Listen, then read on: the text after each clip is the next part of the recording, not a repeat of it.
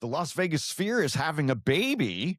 Pretty in Pink turns 40. Star Search returns to our TVs. An Outback Steakhouse toilet claims a poor man's penis. Airlines are celebrating GLP1 drugs. A couple gets married at 35,000 feet. And much more pop culture silliness for January 1st, 2026. Lower your expectations, people. This is the Swish Edition. Swish Edition. Tune in for a listen. Travels, movies, and celebrities with Scott and Kristin. Swish Edition is where we all go. From pop culture silliness from coast to coast. It's where we belong. SwishEdition.com. SwishEdition.com. It is Wednesday, January 21st, and this is the first episode of 2026. Wow. How crazy is that? 21 days into the year, and Kristin and I have finally gotten back together. This is the first time we're actually seeing each other since we last talked to you 5 weeks ago. Is that true? Just go with it. Go with it. Yeah. Okay. Certainly not in person, that's for sure. We'll talk about what happened over the last 5 weeks towards the end of the show because nobody really cares. So if they make it that long, they can find out what we've been up to. Have to start with this, Kristin. I have to start with this. You know, I was taking notes the entire time we were gone because that's what I do. When I see interesting stories that I think would be a great Swish Edition story, I jot them down. So I don't forget. One of the stories that came across my feeds, I don't know if you saw this, but it starts out, a Florida man, ... which is always my favorite kind of story, right? A Florida man sues the Outback Steakhouse because of a shattered toilet. Did you hear this story? I've read the article. Go on. It's happened in Ocala, Florida. He claims he suffered serious bodily injury and significant and permanent loss of important bodily function and the loss of capacity for the enjoyment of life after a toilet that he was sitting on in the restaurant's bathroom shattered, and he found himself, I guess, on the floor in water and feces, and he's suing. Now, here's what I don't get, because I don't know about you, Kristin. Actually, I do know about you. You don't have one, but a penis is literally the best thing in the world. And I can't imagine not having the function of it, correct? So what does this man do? He's suing the giant Outback Steakhouse restaurant chain for $50,000. Is that the price tag you're putting on your poor penis? Because you know that mine would be, I'd start with 500 million, right? And maybe take a little less. So what's interesting, though, is that the article never explicitly says what exactly happened. But certainly you're left to assume that he means his penis, serious bodily injury, significant and permanent loss of bodily function. And then the last one, loss of capacity for enjoyment. Like the first two could maybe be like, I don't know, you can't urinate normally or defecate normally. But the loss of enjoyment certainly indicates that there's, sexual function involved. Damage to his member. Oh, well, my he goodness. put a price tag of $50,000 on it, which I think his lawyers should be sued and disbarred for not going for at least $500,000 or at least a couple million. Yes, of course. Hello. Now, is it really Outback Steakhouse's fault that how fat was this man? I would like to know. What causes a toilet to completely shatter? Right? I don't know. Horrifying. That is amazing to me. I hate pooping in public bathrooms, so I avoid it at all costs. But sometimes it's a necessity. I get it. Sometimes you have to go. I don't think anyone plans and says to themselves, I'm going to do my business at the Outback Steakhouse today. But sometimes you got to go. That awesome blossom, man. It takes a toll. Let me tell you. We're not laughing at this man. We're very sorry for him. We're just laughing at because it's absurd. It's absurd, and the amount of money he's looking for. And yes, the amount of money is just totally nonsensical. Ridiculous, yeah. Well, from exploding toilets to the Golden Globes that happened while we were on our break. The Golden Globes happened, and they gave out the first ever award for a podcast. Right. And sadly, it was very disappointing. A crushing loss for us. It was not the Swish edition. It was not the Swish. It was not us. Amy Poehler won for her podcast, which is called Good Hang, which I've never watched, but is obviously quite good. And she's had people like Gwyneth Paltrow, Ariana Grande, Ina Garten, even Judge Judy. But she only has 47 episodes. Yeah. This is the 499th episode of the Swish edition, for Pete's sake. Exactly. But infamously, perhaps, Amy Poehler beat out her ex-husband, Will Arnett, who, of course, along with Jason Bateman and Sean Hayes, has a wildly popular podcast called Smartless. Which I love. And there was a lot of press about that leading up to it, that the two exes were competing against one another. And I think Will Arnett said something very magnanimous, that, you know, he was expecting her to win and that she deserved it, or something really nice like that. So it's always nice. That was cute. Yeah. Well, I got a really interesting Christmas gift from Dale Blades, the former host of the Swish edition, because he knows I love Smartless. He got me this Smartless gift box. Look at this. Ooh, that's cool. It's got all kinds of fun things in it. It's got like a hat and you know what? I saw a reel where Sean Hayes was showing the box and what was in it. It was very limited edition, and Oh, look, I even got this little Smartless snack bowl. How cute is that? Yeah, so it was a great gift. I was very happy to get that. Now I was like, could the Swish edition do a gift box for our ones and ones of fans? I could make them all myself. I could make a loaf of sourdough bread for all of our listeners. That could be a nice. Hey, I would like one of those. You should send me one. But I don't know how to get it to you. Yeah. By the time you'd have to overnight it. That would be the only way, right? Yeah. Probably. Or I guess you'll just have to come here and make me a loaf in my kitchen. I could do that. People do that all the time. They bring like a little bit of their starter on the plane with them and bake when they get there. Get out here. You need to get out here. I know. We're getting no snow this weekend, unlike you. Nobody will commit to a prediction of the actual amount that we're going to get, but everyone is hyping and saying this could be an historic snowstorm. And it's like the entire East Coast. It is. Yeah. But the southern states are supposed to get like a half an inch to an inch of ice, which is going to be horrible, devastating. They don't know how to drive in it either. So, well, it's going to bring down all the trees, and everyone's power's going to go out. It's going to be miserable. That's why I live in the place I live. We don't get snow. Exactly. This is why my aunt and uncle years ago, who lived outside of New York for 1,000,000 years, packed up their shit and moved to first California and then to Las Vegas. Now they're back in California, but they liked Vegas. Yeah. Well, I can't imagine moving back to California, but with the taxes they have. But anyway, that's another show. One of the things that we talked about, I think, last month before we went on our hiatus was that MTV has shut down so many of their ancillary, is that a word?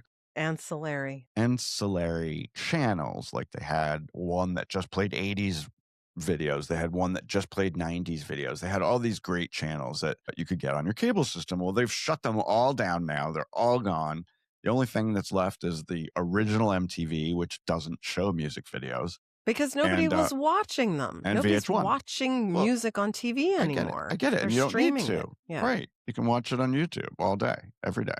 Anything you want is right there at your demand. But I still miss it. I mean, because of the nostalgia of it. I mean, we're there on day one back in 1981. I mean, it certainly revolutionary. You had it right the first time. It's too early for me.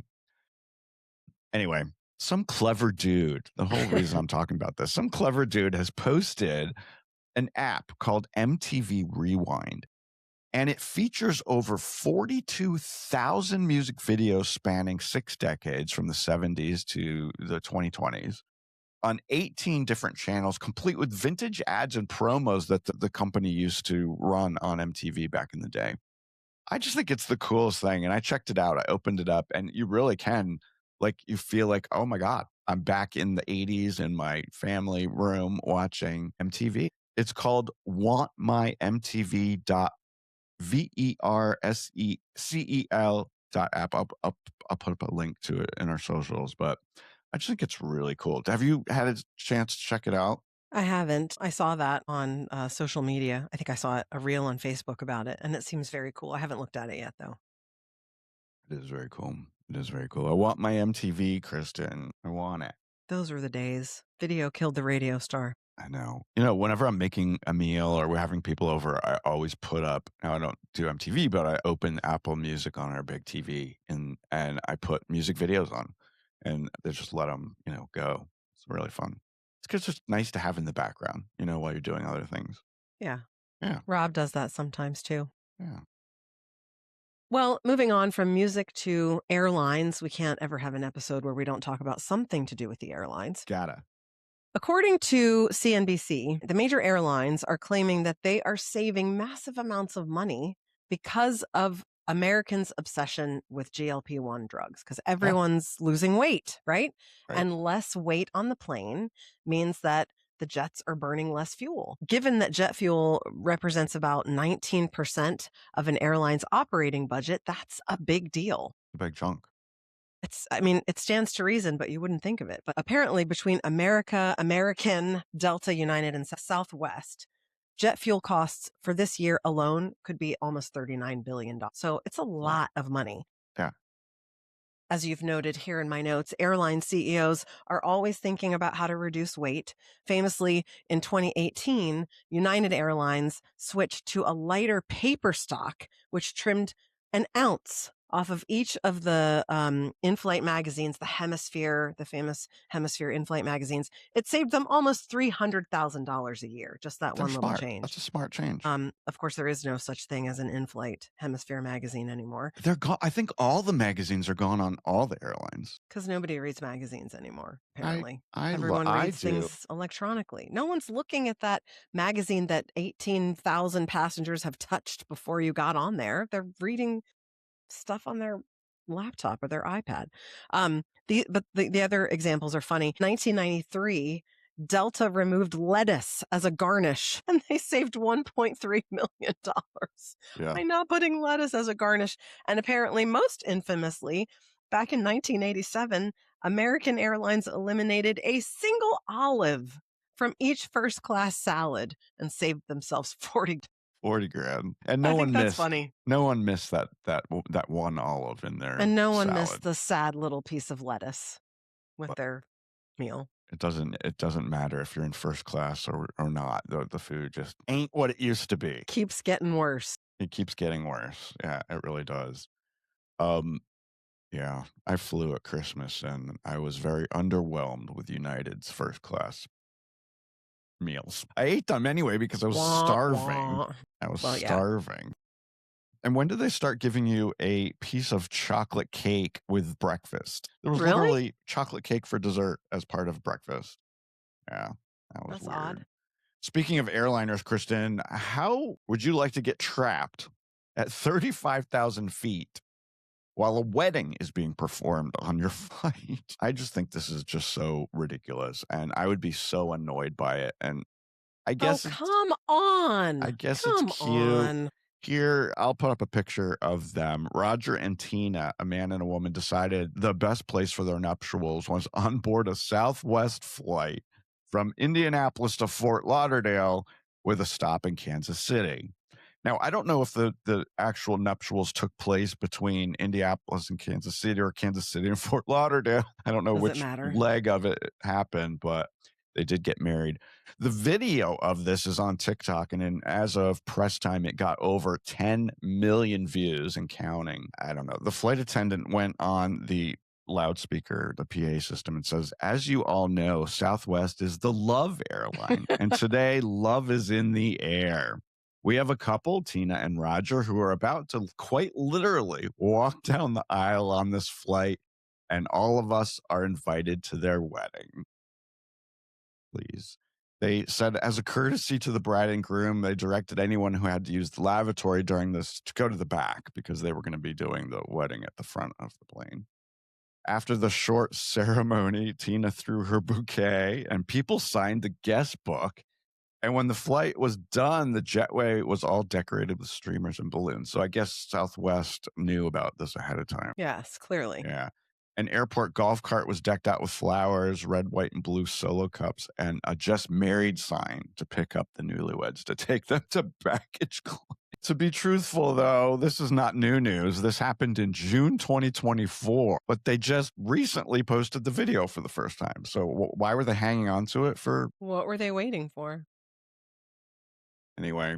Listen, people were all up in arms about this, and I say, get over yourselves. Are you kidding? Like, have a little lightheartedness about you, for the love of Pete. I think this is cute and different, and you don't see that every day. It's a fun thing. Get over yourself. You're not the most important person on the plane. Give me a break. Well, I wouldn't have been part of this forced marriage at 35,000 feet because I don't fly on Southwest, so I'm safe. Well, it's only for the plebeians among us. But anyway, I say, give me a break. Be a little lighthearted. Me a break. It's a fun Give me a break. To watch Break people get me married. off a piece of that Kit Kat ball.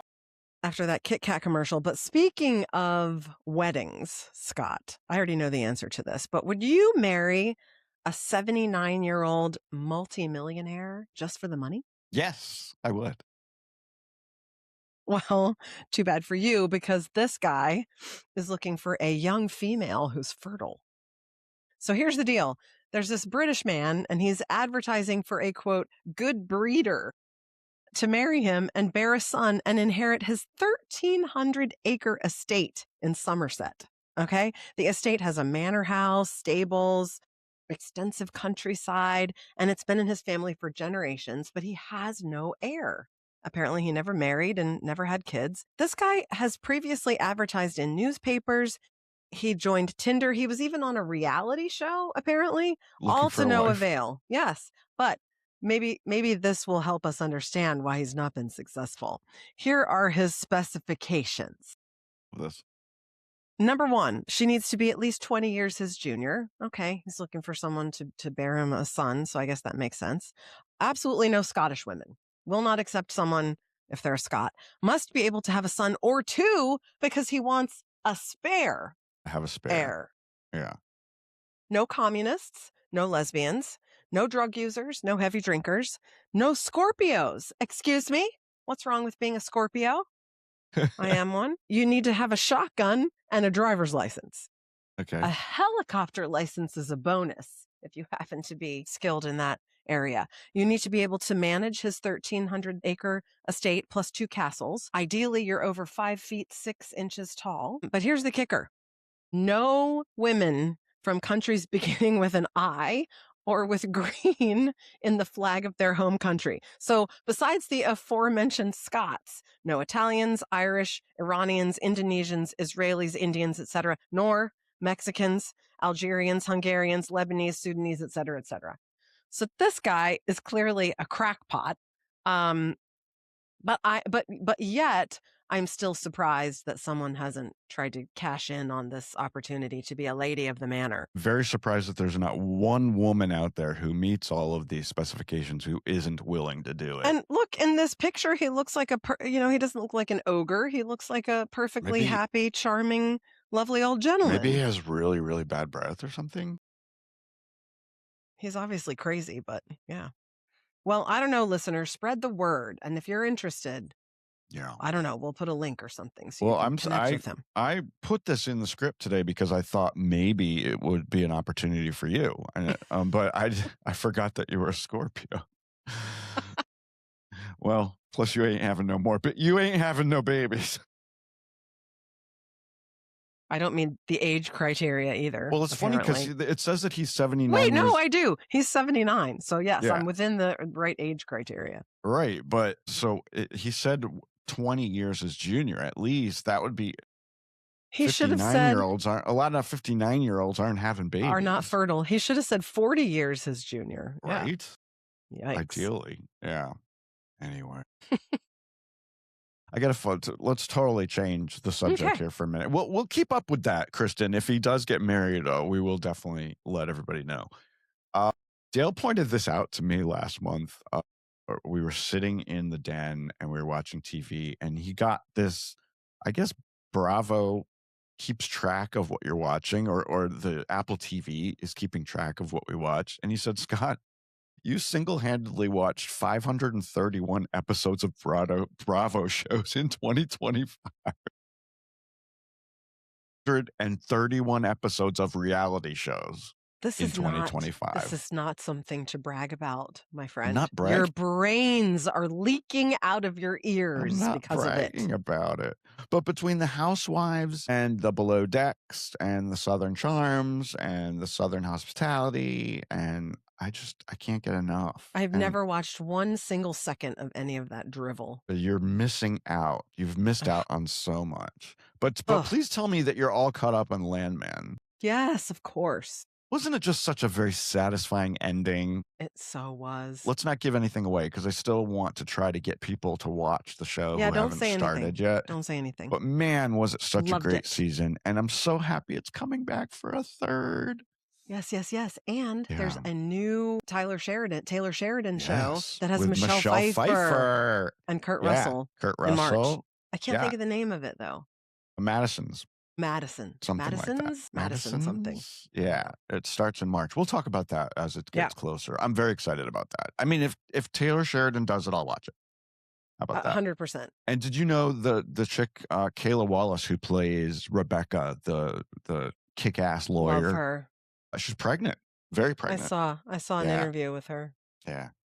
Anyway, there you go. I also watched during the break, Kristin, I don't know if you've seen it or have any interest in this, but the Disney Plus 6-part Taylor Swift documentary about her Eras tour. I can't recommend it enough. It was so good. What do you have against Taylor Swift? I don't know. She's fine. I just am. I never like anything that is just overhyped. I'm just saturated and tired of her and Travis Kelce. Tired of both of them. Couldn't agree more. I mean, couldn't agree less. I am so in love with her. She's a business and musical genius. She has a heart of gold. I mean, she gave her tour people, all the people that worked on her tour, $147 million in bonuses. I mean, she's amazing in every way. And she's great. I'm just tired of her. I can't wait for Taylor and Travis babies. I think that'll be great. Entertainment watch. You probably saw this while we were gone. The Oscars have announced, and I don't get this, but I guess the Oscars are moving their telecast to YouTube starting in 2029. I did not know that until I saw your notes, and I'm so surprised. But first I thought, people are going to be so angry that they can't watch it on network TV, but maybe not. Maybe people will be like, who gives a rip? Well, and who doesn't have the YouTube app on their smart TV? I do. I pull up the Swish edition and put it on a big screen. Older people will be they'll upset. figure it out. They have 3 years to figure it out. As you know, YouTube is by far the most watched video platform on the planet with 2.5 billion active users. And Mr. Beast, gotta talk about him. He's still the most popular on the platform, 4th most used social media platform, YouTube. So I get it. Why they're doing it. He has 460 million subscribers. Yeah, Mr. And Beast. my 8-year-old wants to buy everything this is a perfect example. Mr. Beast has branded, gosh, now I can't think of the Jack Links, the brand of beef jerky sticks, right? That they're the ones that look like Slim Jims and taste like Slim Jims. Yeah. I'm like, Max, this is the same thing as a Slim Jim. These Mr. Beast ones just have his brand on them and they're more expensive. Max will not eat the cheaper version. It has to be the Mr. Beast brand. It's a brilliant marketing move. And the Mr. Beast Feastable chocolate bars, everything Mr. Beast Max wants as an 8-year-old. So dude's worth $2.6 billion. Yikes. Why can't we just get a tiny fraction of that? I'll sell beef jerky all day. Scott and Kristin's beef jerky. Great.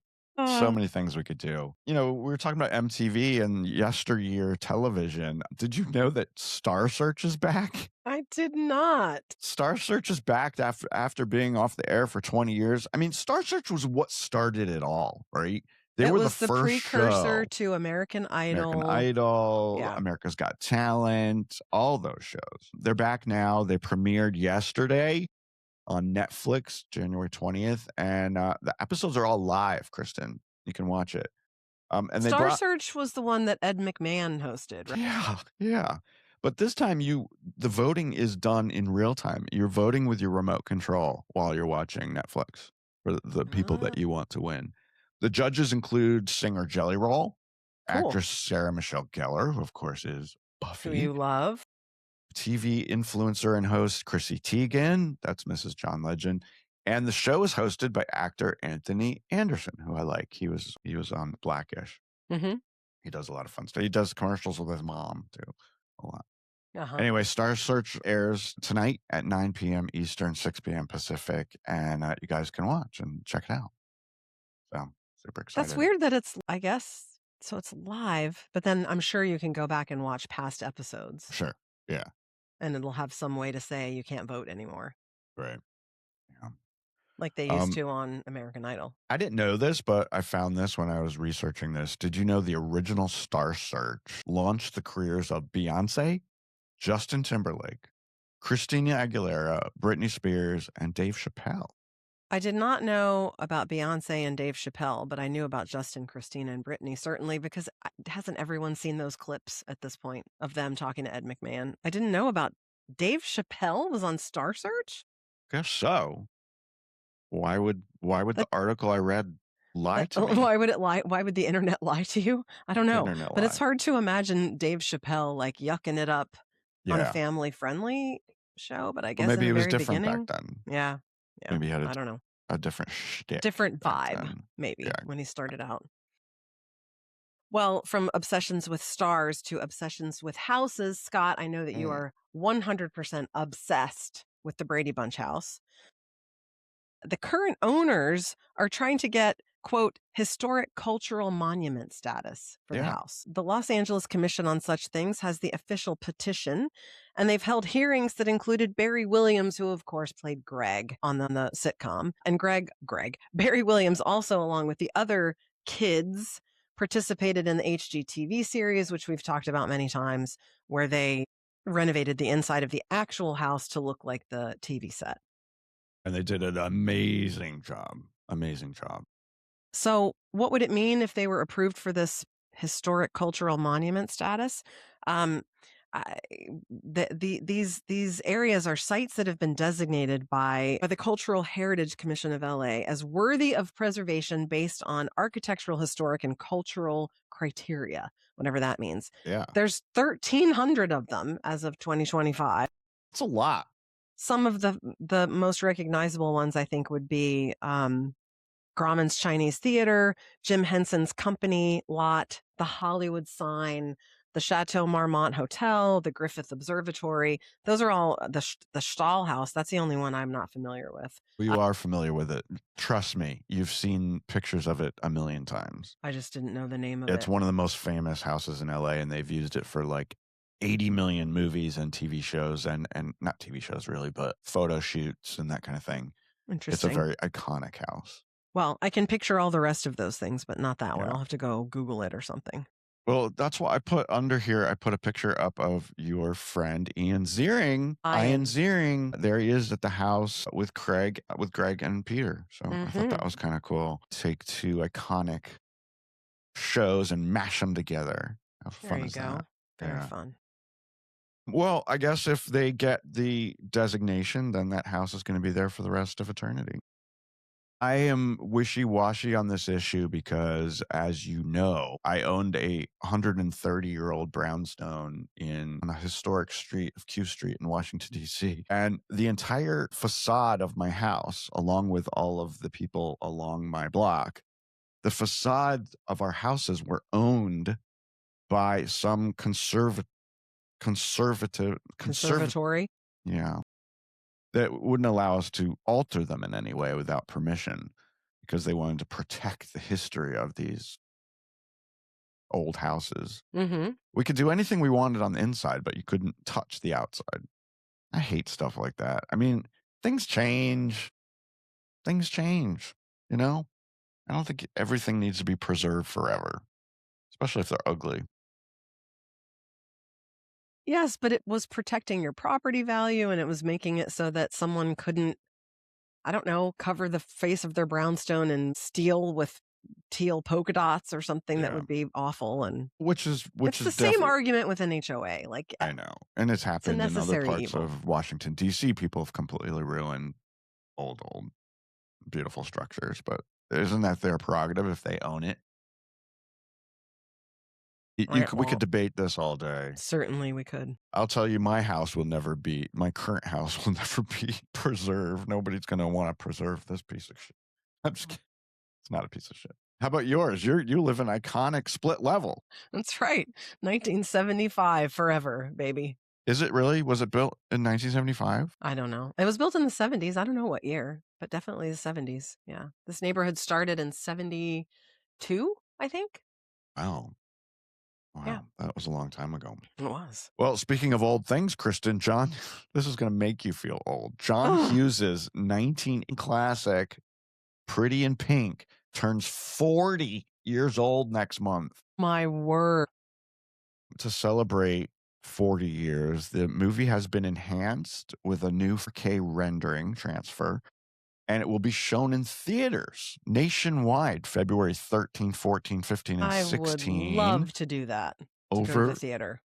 Right over Valentine's Day weekend, featuring behind-the-scenes featurette. I don't know if that'll be before or after the movie, but probably should be after, right? The film starred Molly Ringwald, Andrew McCarthy, James Spader, and John Cryer, and featured music. The album is amazing. I'll still listen to it now. Psychedelic Furs, New Order, The Smiths, and Echo and the Bunnymen, just to name a few. It's a great album. I mean, Pretty in Pink. I mean, can't beat it. One of the best. And John Hughes movies, come on. He was so good. Such a great storyteller. I thought so too. Yeah. I've probably seen Pretty in Pink at least 50 times. At least. So good. Loved it. Loved it. Yeah. Well, I don't know. That's kind of all we got for pop and entertainment news and stuff like that. We got all the way through our show without talking about any boring stuff about what the hell we've been doing since we were last on the air. What have we done in the last 4 weeks? Well, we had Christmas and New Year's. Yeah. So, yeah. How was your Christmas? It was good. That seems like eons and eons ago, doesn't it? I know. Mentally, I have so moved on, partially because Max's birthday is January 19th. And so on New Year's Day, I am fully out of holidays and I'm into planning a kid birthday party. So I don't know. Christmas and New Year seems like just a really long time ago. And you and I talked, I think, on New Year's Day, and we both said, I'm putting the Christmas stuff away immediately, if not sooner. I was just so over it by New Year's Day that I was like, this stuff's got to go. And I typically leave it up until like the 6th or 7th, the next weekend, but I just couldn't wait any longer. Maybe it was me seeking affirmation for my own feelings of I need all this shit to be put away immediately. But I feel like I saw tons of people on social media saying the same thing. Like I woke up on 3 days after Christmas suddenly and went, I hate all of these Christmas decorations. I need them gone immediately. Yeah, it's such a chore, but I mean, I love them. I think maybe I just put them up too early because I did put them up on Saturday after Thanksgiving. And maybe I should have just waited a weekend or two. I just reached the point. Our house is so teeny tiny. And I just reached the point where I'm like, there's just too much. I need the space back. I just can't. I can't. Yeah. Yeah. I understand. And you didn't travel at all except to see your mom. Max and I went down to Williamsburg, but yeah, otherwise we did Christmas Eve with Rob's family, which is local, and we did nothing for New Year's Eve, which was perfectly well. We went out as a family, the three of us, to a late New Year's Eve dinner at one of our favorite Thai restaurants locally that is closing, and that was their last night of service. And yes, but anyway, Max was very excited because we didn't eat dinner until 8:30, and he was convinced that he was going to be able to stay up until midnight. Yeah. And he didn't make it. He tried, bless his heart. He made it till like 10:45 maybe. He's getting closer every year. Yeah. I didn't make it. But first I want to talk about Christmas. I went to New Jersey. I flew on United to Newark, and I spent the entire time at my sister's house with my sister and brother-in-law and my niece and nephew and my 2 nephew dogs, and the dog and the cat who I love to death. And my mom and dad Wait, what's came. the cat's name? You do this to me. I cannot pronounce it. Ketosis or kitty. Ketosis? I don't know. I think it's ketosis. What? It cannot be the name of the cat. The dog's name is Bradley Cooper, which is the greatest name The dog's ever. name is Bradley Cooper. All right, let's look up. The cat's name is Kitois. Kitwa. Ketosis. Lord have mercy. Looks like ketosis. Kitwa. Yeah, phonetically, I wrote Kitwa. I mean, when they adopted him, his name was Jasper. And then cute. It took him 4 days to warm up to me. He finally came and let me touch him 4 days after I got there. Cats are like that. The dog's very indifferent to me. Couldn't give a shit if I was there or not. No, but man, is he such a very different dog than the dogs I have, because you can take him outside. They don't have a fenced-in backyard. You could just take him out, and he just sticks around. Well, if he goes too far, you just yell his name, and he comes right back. And there were deer outside, and he didn't even chase those deer. Wow. My dogs would have been gone. Yep. Gone. I would have never seen them again. Into the next state. Yeah, for sure. And of course, it snowed while I was there. I was like, and my sister and I were obsessed with going out and getting lottery tickets, because remember, it was up to $2 Mega billion. Millions or Powerball. So we're like, hey, what a better Christmas present that would be to win $1 billion. We didn't win. No, I didn't either. Although, I felt lucky, but no. Yeah. Also, another thing I did, so I did that, and then New Year's Eve I did nothing. My date was Charlie, my dog. I watched the New York ball drop at 9:00 because it happens at 9:00 our time, and I think I was sound asleep in bed at 9:30. Good for you. I was thrilled. And we had friends in town. Ian and Michelle were here from Honolulu, and they begged us to come out, and we were like, "Listen, love you, but unless Ricky Martin's going to personally be there to hang out with me all night, I am not leaving this house on New Year's Eve." Just not going to do it. Not going to do it. New Year's Eve in Vegas is a shit show. I don't know. Way too many people. Anyway, I went to the Backstreet Boys again. Dale and I went with our friends Maria and Sarah, and this was the second time the four of us went together. And man, like no show. It was even better than the first time. I don't care who you are, where you're from, don't care what you did, as long as you love me. Who you are, where you're from, don't care what you did, as long as you love me. And every little thing that you said and done, it feels like it's deep within me. It doesn't really matter if you're on the road. It seems like we're meant to be.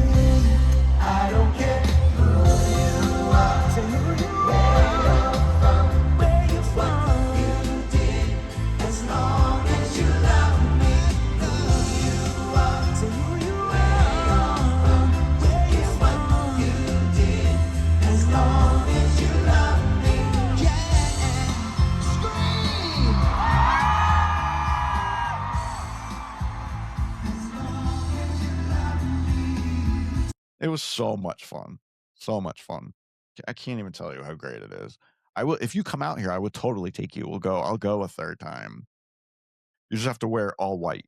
You got I to would go. dress I would from head to toe. go to that. Yeah, for sure. And speaking of the Backstreet Boys at the Sphere, you probably saw this news that just came out a couple days ago. You're getting one. It's all over the place that they're going to put a Sphere in Maryland. The math of that, I'm not sure if the math is going to math, but I don't know. It's going to be, so the current proposal is that they're going to build a mini Sphere for National Harbor just outside of Washington, D.C.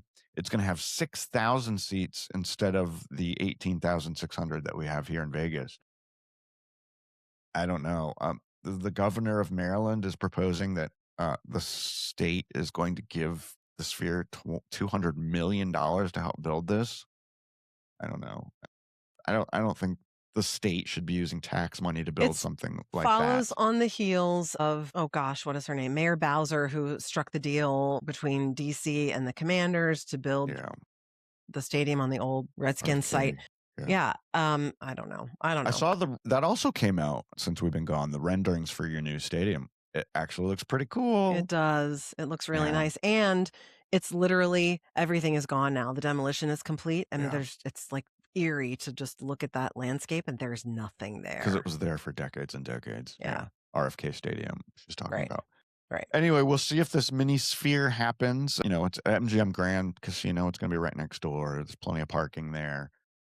I don't know. It could be cool. It could be cool. Much smaller than yours, but still, it could be a cool experience. Well, but the governor of Maryland's a big liar because he said once it's open, it's going to have 4,700 employees. No, the one here in Vegas is more than twice as big, and we only have 3,000 employees. So where are 4,700 people going to work at the Sphere?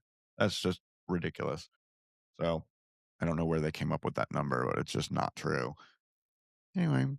Well. I also went on a very secret, Dale and I kept it super secret until after it happened. It's now on social media. Dale and I went to Disneyland. And we said that we'd probably never go again, but guess what? We had such a good time. And I'm not going to talk about it because Dale's going to be here next week for our 500th episode. And Dale and I will talk about our experience at Disneyland. Okay, good. Because we have a lot to talk about. It was really, overall, it was great, even though he was really sick. No. He had a horrible cold the whole time. And then, of course, as soon as we got home, I got it. And it was just crazy. But he pulled through because he knew it was so important to me. And we couldn't get our money back, so we had to go. But we ended up going a day late because he was so sick. And I called the hotel and please check me into my hotel. Don't give my room away. We're coming. We just won't be there till tomorrow. Wow. And they held our room. So that was nice. All right. That's 499 episodes. Dang. That's a lot. All right. Will you be back for 500? You don't know. You're on the fence about it. I hope so. If the snow might ruin my plan because if there's as much snow as they think there's going to be, we could lose power, and that would be I would not be able to. There'll also be no school, which means you'll have a small child in the house. Yes. He ain't small though. No. Is he enjoying his walkie-talkies that I sent him for his birthday? Do you know what? I meant to talk about that. He loves them, and the range on those things is insane. It said 3 miles. He and his friend got on their bikes, and one of them went all the way to the end of our neighborhood, like it doesn't matter. And they were still worked perfectly fine. They couldn't believe it because when Max was little, he had like these little Spider-Man ones, and he and his friend who lives 2 doors away used to try to talk on them from inside of each of our houses. And didn't work. These amazing. Yeah, it said 3 miles, which is pretty very cool. Amazing. Gift. Really great for if you go skiing as a family. What a great thing to have to be able to communicate with everybody. We used to use them when we were driving to the track in a big convoy of people and driving trailers and stuff. And it's just so much easier and more immediate than trying to dial a bunch of, or text. Yeah, exactly. Get it. So anyway, thank you. Walkie-talkies are fun. Thank you. Very good gift. We appreciated it. Yeah, it's getting harder and harder to come up with new ideas. But I will soldier on somehow. All right. That is the Swish edition for January 21st. We'll be back next week with episode 500, with or without Kristin. Fingers crossed. Bye. Love you. Bye. The Swish Edition is a production of Bethwick Media, LLC. Learn more about the show at swishedition.com. And don't forget to subscribe and leave a review on your favorite podcast app or site. But only if you like us.